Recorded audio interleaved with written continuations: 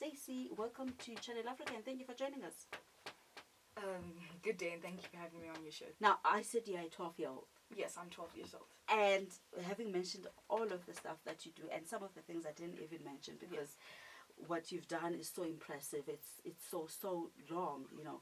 At what age did you know that you were to be this impactful somebody? When I started writing, I didn't have any of this in mind. I didn't have any of my philanthropy work or my motivational work in mind when I wrote my book, because I wrote my book purely out of envy, because I saw my mother who wrote her master's thesis, and at the time being so young, I didn't know what the thesis is or what it meant. So I decided, okay, my mother can write a book without telling me, I can write my own book without telling her. So that was all the motivation behind my first book. But the age I realized I could actually make a difference was about 8 years old, when I saw the impact my books had on younger children and even children older than me. So that is when I fully realized. So you said your parents didn't know that you were busy writing a book. How long Yes. did it take you and how did you manage not to be caught, so to speak?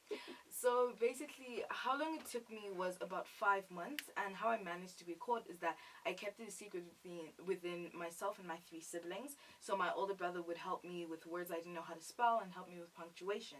And my younger siblings, they would sort of distract my parents while I kept my time away to write. So that is how I did it. And so you have 3 books, right? I have 5 books published. 5 books 5 published. books. 5 books. Yes. First one being Smelly Cats. Yes, Smelly Cats.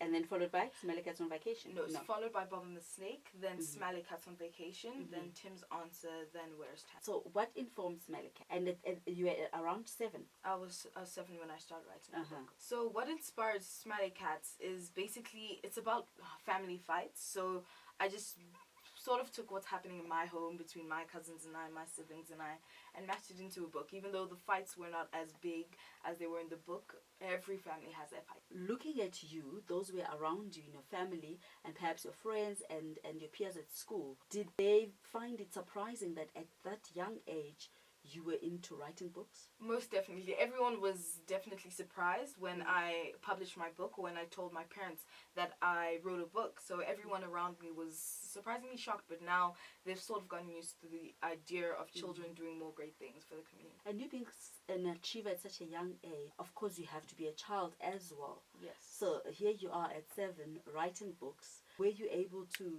be a child and play? Most definitely, although I wasn't forced to write per se, so I write it when I wanted to, and I still made time for my siblings and I to play, for my friends and I to play, and most definitely my creative process, because I didn't rush anything and I wasn't putting myself through strict schedules to write. And when did it come to your mind that it's not just a once-off thing, I'm going to have a follow-up book and more books thereafter? So after I published my first book, I definitely wanted it to be a once-off thing, because so much attention from people, and I wasn't really familiar with it, so I didn't like it. So later on, when I realized that it made such an impact, I decided that, okay, I was going to write a second book, because I just wanted to see the reaction of those around me. Now, for a young person that's listening at home, how do you manage to strike a balance between being the person that you are with so much impact, not just where you are right now, which is in Johannesburg, South Africa, but throughout the continent, and at the same time be excelling in your studies? How do you manage to do? So actually, it's been very hard, because I'm in grade 7 now, and the workload has piled on extremely, and I made my first 2 international trips this year, so it's been hard to manage my schoolwork and my writing.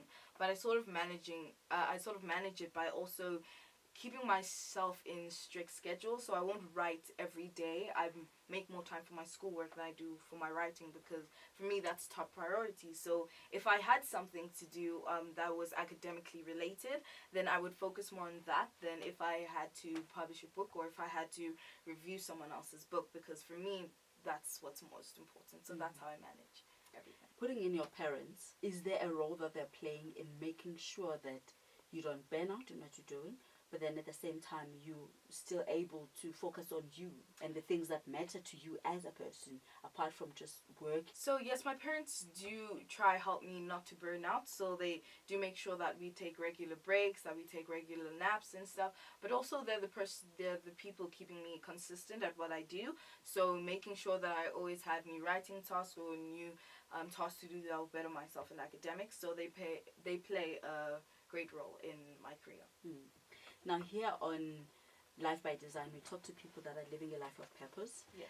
With the aim of inspiring others to find their purpose. Perhaps they don't know what they were meant to do, and so by listening to stories of people that come here, they're then perhaps able to identify with what the other person is sharing. So would you say that you know exactly what it is that you are here for, judging by what you've done so far? So I would answer that question as a no, because I'm still very young and I'm still trying to find out what I want to do and what I want to be, and I want to find new ways to make an impact on a larger number of people rather than a smaller community. But I do know that I definitely want to help more people, and I also want to better children who are specifically struggling in education, because like I said, education is the most important thing for me, and that comes first before everything else. Your parents are from Cameroon, Yes. right? From the Anglophone Cameroon. Yes, Anglophone Cameroon. And you were born here in Johannesburg, South Yes. Africa.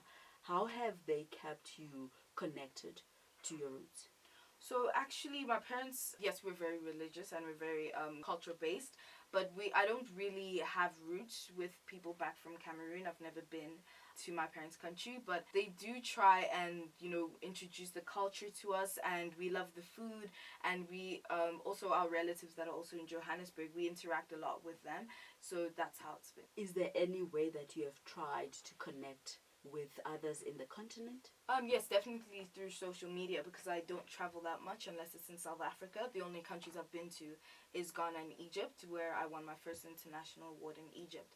And so definitely it's through social media that I try contact people from other countries who are doing well for their community. Other than that, I stay within South Africa, because you don't know the types of dangerous people that are on social media nowadays. All right. So after the break, we're going to talk more about what you're doing in the things that you have established in the foundation, more of your philanthropy work as well. Okay. Share in the life journey of our guests from around Africa who live their lives by purpose. Hello, my name is Solomon Izanga Shams, and you're watching Life by Design.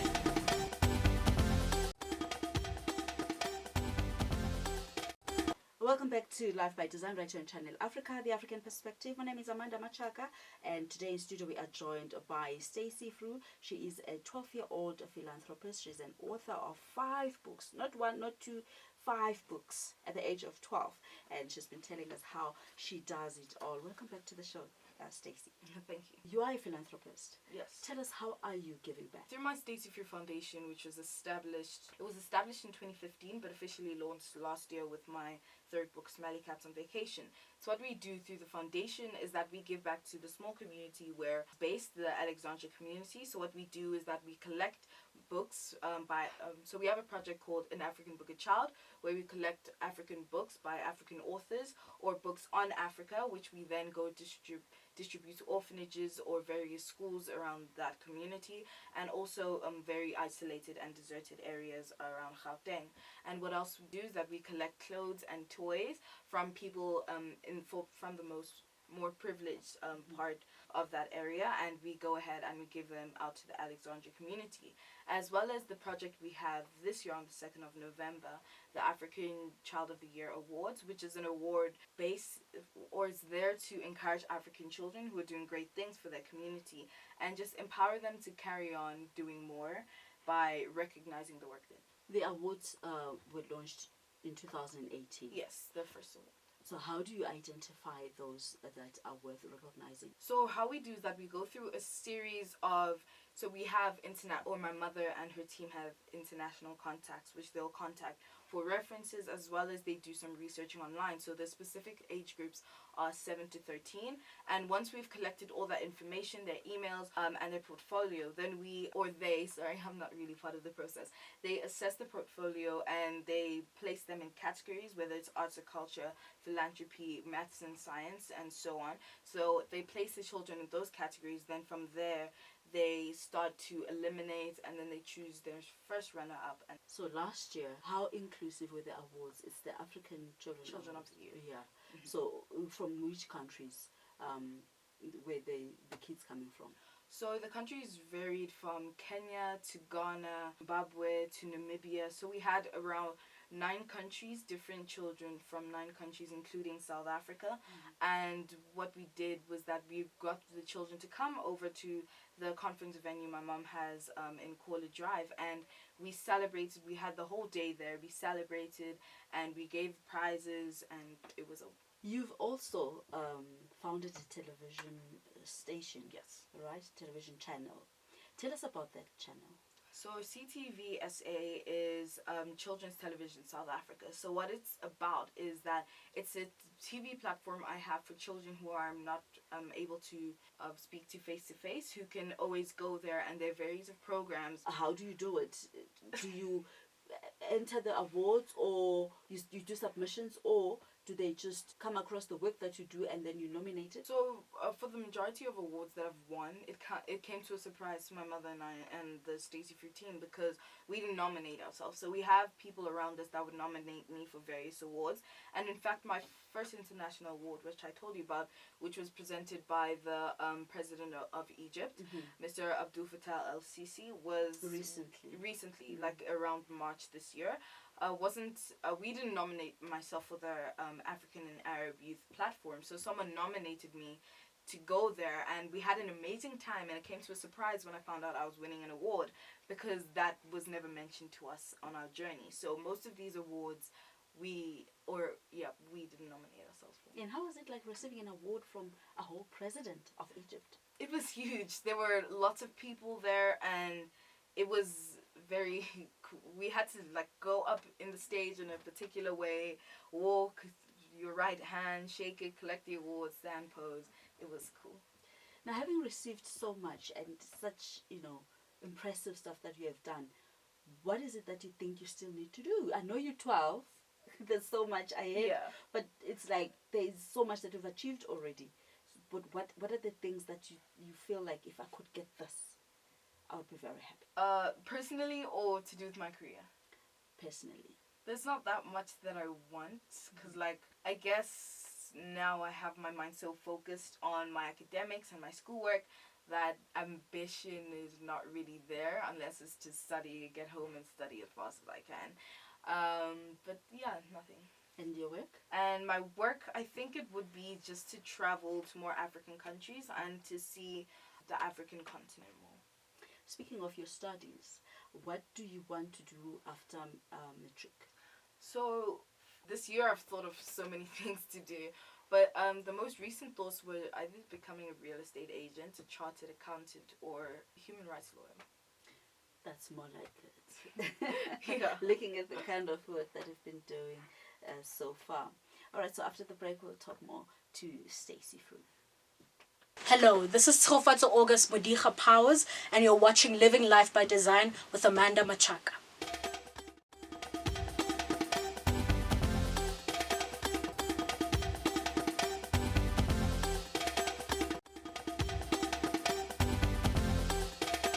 Welcome back to Life by Design right here on Channel Africa, the African perspective. Today in studio, I'm joined by Stacey Fru, and she's been sharing her phenomenal life achievements. And she's only 12 years old, and we wonder how does she do it all. And she started publishing her first book at the age of 7, and that was without her parents' knowledge. Well, Father is here in studio with us. He's just joined us, Dr. Emmanuel Fru, and he's going to tell us how exactly it's like to raise such an achiever of a child. Welcome to the show, Doc, and thank you for joining us. Thank you very much for this opportunity, and I'm glad to be here. Tell me, how is it like having a child like Stacey? I know she's not the firstborn, so were you surprised when you found that she was writing a book at the age of 7? Growing up, Stacey has always been a gifted child, and at the age of 3, Stacey showed a lot of talent, especially when it comes to doing things for herself. So through some of her works, we were able to pick it up early that Stacey is a gifted child. And all through, Stacey is a child that she's very assertive. She was able to speak very early in life, and she likes reading. So growing up as a child, Stacey loved to read. So we picked it up from then that Stacey was someone who liked to do a lot of reading, and she also did a lot of writing, especially if you do something to Stacey, she would write a letter of apology, come and slip it under our door, and we could pick it up from there that no, Stacey was a child who loves writing. Yes. Now, you picked it up from a very early age, and what is it that you did to make sure that then you help her grow in writing and in expressing herself? You know, Stacey as a child, she could write on her own. So, but when we realized that she could write, we as her parents, we decided now to coach her. We decided now to give her all the necessary support that she deserves. Her mother too is a writer, so the mother normally edits her work for her. And then besides that, I also help Stacey in doing some of the work for her. You and your wife are from Cameroon, and Stacey was born here in South Africa. How do you make sure that she is connected to where she comes from, even if she hasn't been there, but in terms of knowing about her culture and her people? You see, Stacey is privileged to go to a private school, and through her interaction with the school and the teachers, she was able to learn better in school and to able to articulate herself. So we felt that the school where Stacey attends, she had all the groundings from that school, besides what we do at home with her, but the school played a major part. Yeah. And they're keeping in touch with her culture? Culture-wise, I don't really think we are connected back home because she has never been to Cameroon, so she is a South African. So culture-wise, they are more inclined to South African culture than Cameroonian culture. All right. Okay, that's very interesting, because you'll find that some parents, if they are from a different part of the continent and they're here in South Africa, some that we've spoken to, they'll try by all means to make it a point that the children, know where they come from, and the connection and the language. So for you, it was really not an issue that she gets to speak one of the native languages. You know, for me, I don't think it's a problem because all we want to give our children is good life. So I don't really feel that going back to our culture, it's a way. But I feel for them, they must make the choice. Yes, as a parent, I have the duty to bring them up. They have to make the choice where they want to belong. So if she chooses to be a South African, good and fine for her. Now, with all the achievements that she's had, how do you keep her grounded? It's a very difficult question because Stacey is very assertive, and she is that type of a person that takes a position and sticks to it. So to keep her grounded, we can't keep her grounded because she expresses herself in different ways. She expresses herself as a ballerina. She expresses herself in playing her guitar. She expresses herself in drawing. She expresses herself in reading. So we cannot really ground her because as a child, she also needs to do the things that children do. So she expresses herself in different ways. And speaking of that, doing things that children do, sometimes with her hectic schedule, her schoolwork, as well as the work that she's doing through her foundation and other philanthropic things that she does, are you able to monitor that, now you haven't really been a child and doing what children are supposed to do? We have always tried to make sure that Stacey is being managed properly. Because as a child, she needs to do the things that children do. But at times, we also need Stacey to know that people need her, the world needs her. So she needs to go for interviews, she needs to go for schools. Whenever they need her to give motivational talks to other schools, we need to take her there. But at times, Stacey will clearly tell us that, look, I need to go to school, I need to do this. I don't want to talk here, I don't want to give this talk. So at times she stamps her personality on some of the things that we will want her to do, especially when it comes to talking about the foundation or going to other schools. Stacey often refuses at times, so we have to beg her to make sure that she go with us.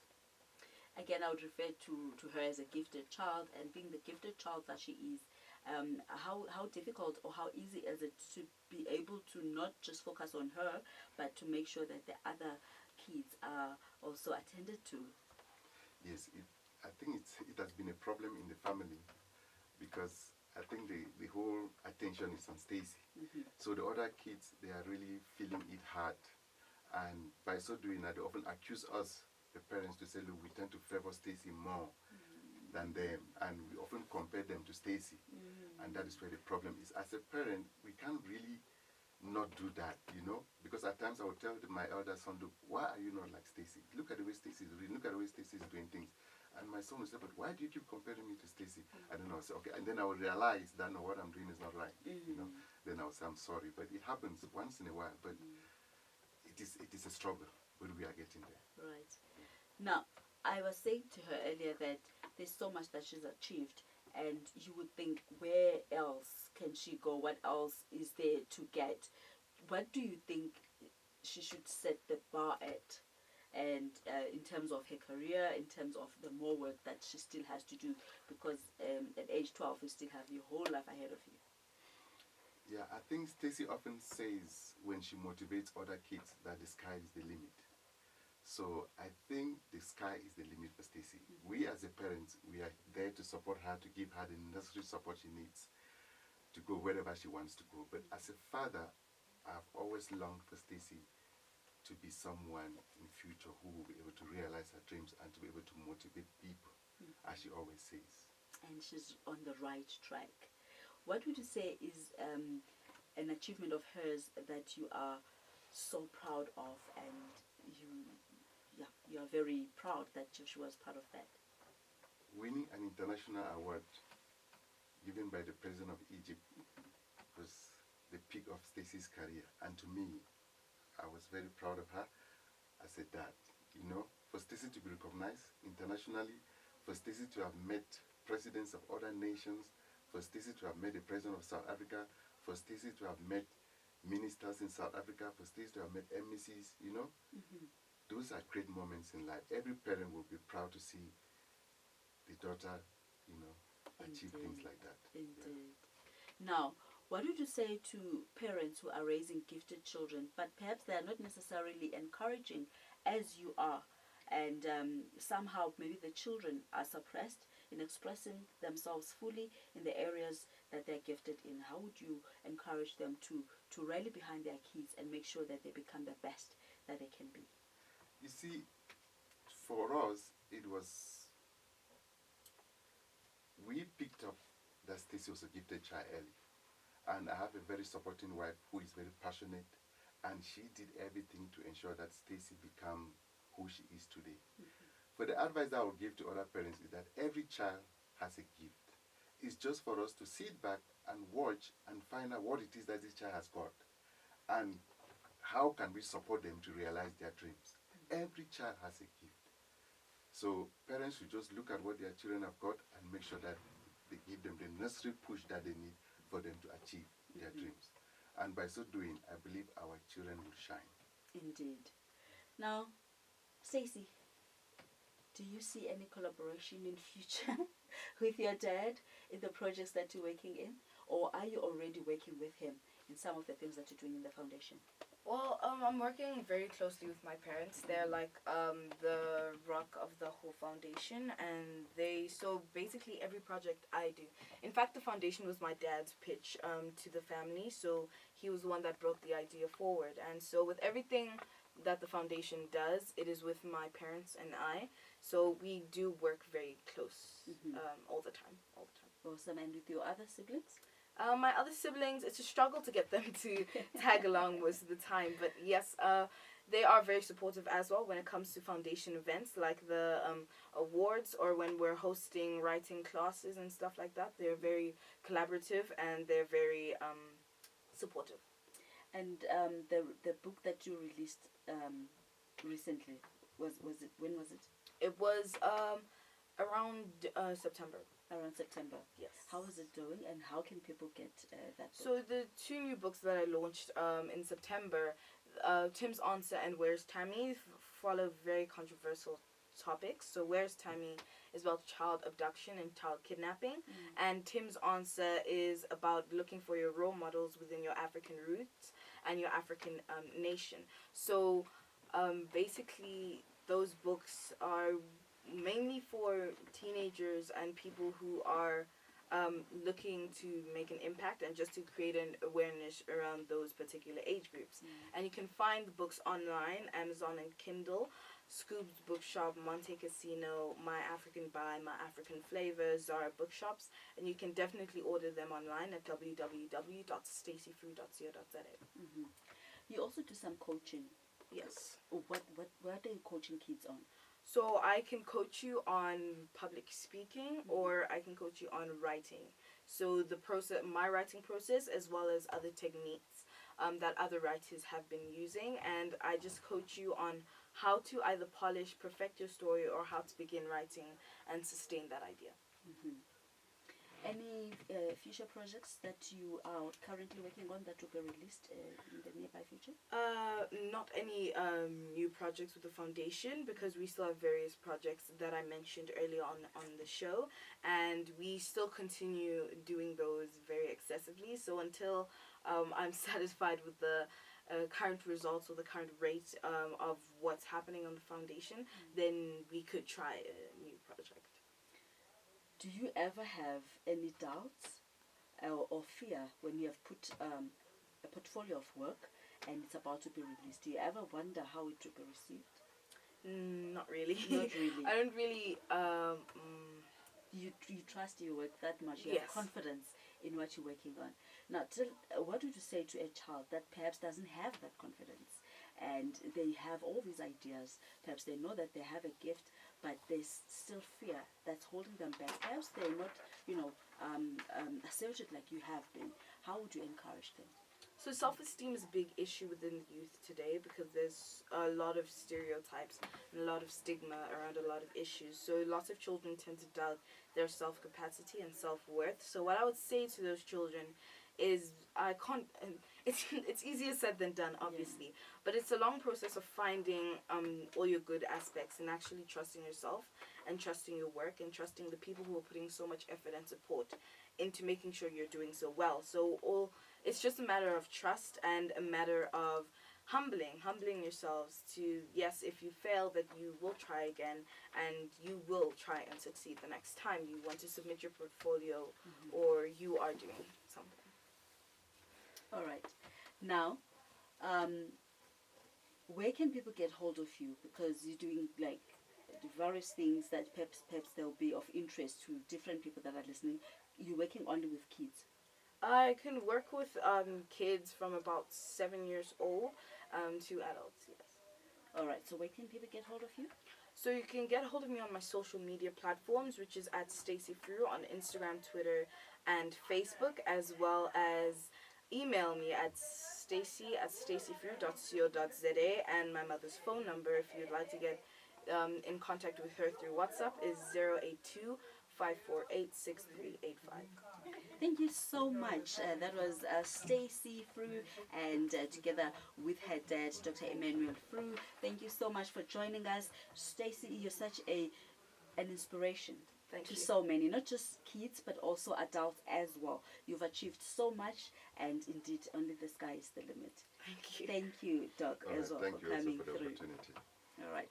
And so today's quote is, you are never too young to start an empire and never too old to start a new dream. And indeed, that actually goes with what our studio guest is doing. And she started at a very young age. So it goes to show that you are never too young to start an empire. And I believe that she's building one. And that was Life by Design for you today, the African perspective. It is Channel Africa. That's where you find us. Let's connect on Facebook, Living Life by Design, on Twitter, and on Instagram at Living_Life by Design. From myself, Amanda Machaka, producers Yami Ntlenyama, Mbongiseni Choma. Thank you for joining us. Till next time, remember, you are the architect of your life.